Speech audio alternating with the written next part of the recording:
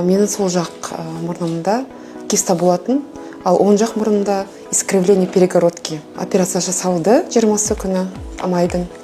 Жақсы, өзімді жақсы сезініп отырмын. Қазір мұрнымда пластмасса болатын, екі жақта соны алдыртуға келіп отырмын.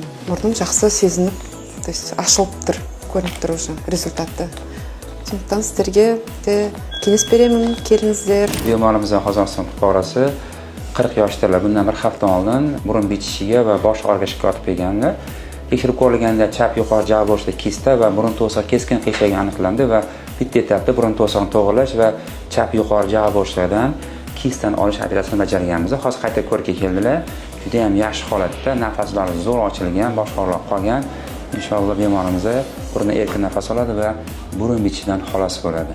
Hamda bosh og'riqdan xalos bo'ladi. Kuningiz xayrli bo'lsin, salomat bo'ling.